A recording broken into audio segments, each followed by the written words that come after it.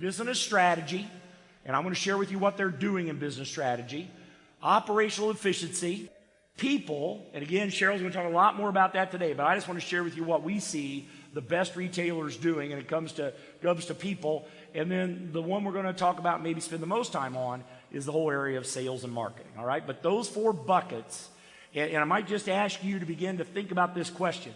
So what are our best practices in each of these areas? What are our best practices as we think about business strategy?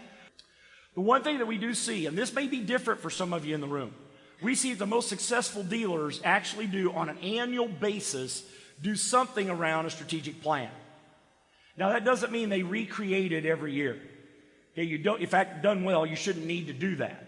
But it does mean we revisit it every year.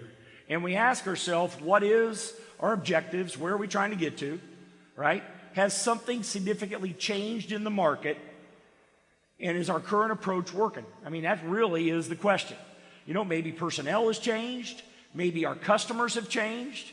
All those kind of issues are things that we absolutely have to consider. And it's no different than our business. BI was a major customer of ours. And that's awesome, except they just decided to get married to Marielle.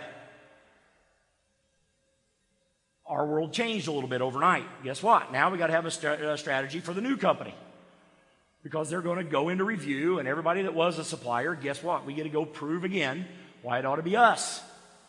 Kind of an interesting day for us when they decided to make that move, right? But that is what it is. So again, take a look at, whoops, back up, sorry, hit the wrong button. Take a look at our strategy. And again, ask yourself these things.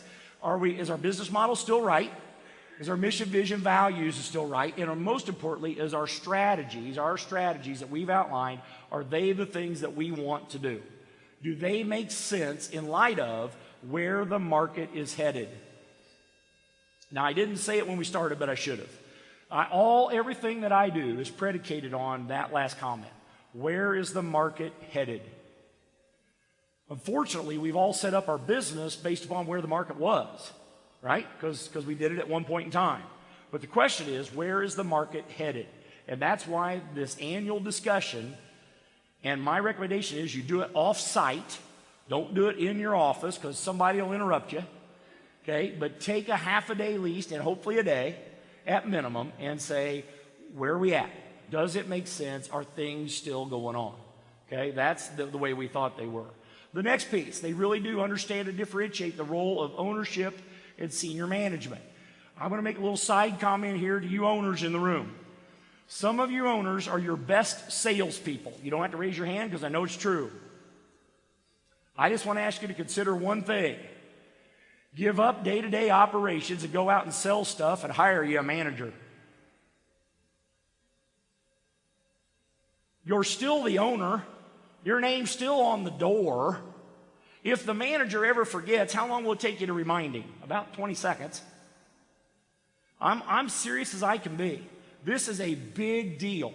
Right now, Deere as a corporate has this huge initiative going on encouraging Deere dealers to hire professional CEOs for that very reason. Because most of their owners, especially third generation owner, they're really good at doing something else. You're still the owner. Nothing changed. But if that's what you're best at, go do it. I highly, highly ask you, just please consider it. I can't tell you how many times I see people who are in ownership because the business grew. Well, hell, my name's on the door, and Grandpa started this thing. I guess I got to be president, so that means I need to mostly be behind a desk and do spreadsheets. Baloney. If that's not what you're good at, stop doing it. Go do what you're good at. Hire someone to do that stuff. I'm not saying it's easy, but there are people out there that actually like to do it. Go do what you're good at. Just strong suggestion there, okay? So that's where we're coming there. They get the difference between management and ownership, and there is a difference, even in small privately held companies, okay? Align all business functions so they're consistent with our business model. The most profitable farms, livestock and crop, the most profitable farms do 65 to 80% of their business with one primary supplier.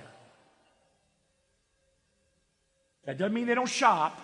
Everybody with me? but they do their primary business 65 to 80% with one primary supplier. Think about why that is. They can take advantage of any volume discount. They can take advantage of any incentives. They often get offered things first, and the biggest thing is they get more touch. They get more built-in help to their business. Supports high-performance sales organization. First of all, they actually have a sales manager. I know some of you are very small in numbers of people. My only comment about a sales manager is this. What we notice with dealers who have one. Someone in that business wakes up every single day with one question. How do we sell more stuff today? Profitably. I'll throw that one in there. How do we sell more stuff today? Now, I know in some cases I'm talking to the owner, sales manager, chief cook, and bottle washer, setup person. I get it. I understand that. But someone, their main focus is plain and simple, whether it's chemicals, whether it's equipment, whether it's repair, whether it's service, whether it's consulting on how to put in a new system, don't care what it is, but wakes up every single day thinking about how do we sell more stuff today. Now, that sales manager for a lot of your dealers is also going to be a seller, probably. Maybe the owner, that's fine. But their main function is thinking about how do I sell more stuff today. Okay? Along with that, notice the very next one. Identify specific salespeople and protects their time. I was with an agronomy sales team. This was 3 weeks before Christmas, I guess. And their sales manager was telling me about his sales team. They said, how many sellers you got? I got 32. We did then the time exercise. Found out on average they were spending 55 days a year in operations. After the meeting, I said, no, you got a sales force of 20. You're just paying 32 guys to do that job. I can't be more adamant about this one. If you want to differentiate your business, make sure that somebody has time to be out there in a customer-facing way on an incredibly regular basis, trying to, again, improve your business as well as improve the business of the customer. It's absolutely critical. I know that's different thinking than some of you in the room. I get it. I understand that. I know some of you are saying, I don't have many people. I get it. But if you truly want to differentiate your business, you'll make sure that somebody is really, really focused, if not multiple people, hopefully, on selling in a very, very professional way. Reward salespeople on profitability, not volume. I already mentioned that. If you're using volume, I'd highly encourage you to switch away from it and go to gross margin dollars would be my recommendation. I think you'll send a lot stronger message both to your team, and they'll probably be more unlikely to want to always get down to a lower price. So just something to think about. And definitely does have some kind of customer information system, some kind of CRM tool. There are all kinds of them out there. My comment is just don't make it burdensome, but there does need to be some record of where it is we've done, what we've done with that customer in the past so that we can do more with them in the future. So that's one set of information about the sellers. Let's go on. Executes a very aggressive sales and marketing strategy.